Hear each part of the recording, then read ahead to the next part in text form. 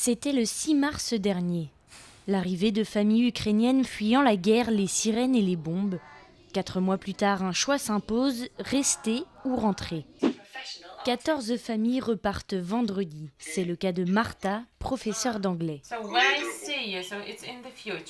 Elle a quitté l'Ukraine avec ses 2 enfants, pensant trouver le calme pour seulement quelques semaines.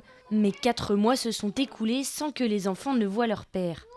La famille retourne à Lviv vendredi pour le retrouver et préparer la rentrée des classes. Un choix loin d'être évident. C'est jamais la bonne décision parce qu'il y a toujours les choses qui vont pas bien dans cette décision. Si je reste ici, ça veut dire que nous continuons d'être sans notre famille, sans papa et c'est pas bien. Si je pars en Ukraine, nous allons rejoindre notre famille, mais ça veut dire que c'est trop dangereux pour nous.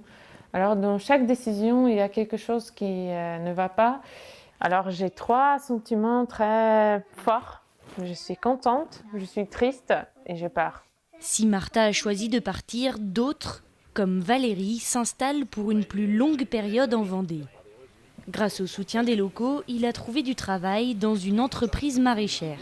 Je suis natif de Kherson et la situation est très compliquée là-bas puisque cette ville a été prise en premier par les occupants russes. Pour l'instant, j'ai très peu d'espoir de retourner dans les prochaines années. J'espère que je pourrai continuer mon travail et que mes enfants pourront continuer leurs études ici en France. Des situations et des décisions différentes, comme pour les 85 Ukrainiens accueillis par l'association des Joyeux Petits Souliers. On a des gens qui viennent de l'Est, qui n'ont plus de maison aujourd'hui, donc qui eux vont plutôt s'inscrire sur le long terme chez nous. On en a qui veulent repartir au mois d'août, on en a qui hésitent encore entre rester et repartir. On en a qui ont trouvé du travail, qui travaillent ici maintenant, qui sont très bien intégrés. Donc je pense que chacun fait ça un peu au jour le jour, en fonction aussi de la région d'Ukraine de laquelle il vient, et en fonction de ses appétences pour rester ou pour repartir. Chaque histoire est unique, mais elles ont un point commun. Plus le conflit s'éternise et plus l'avenir est incertain.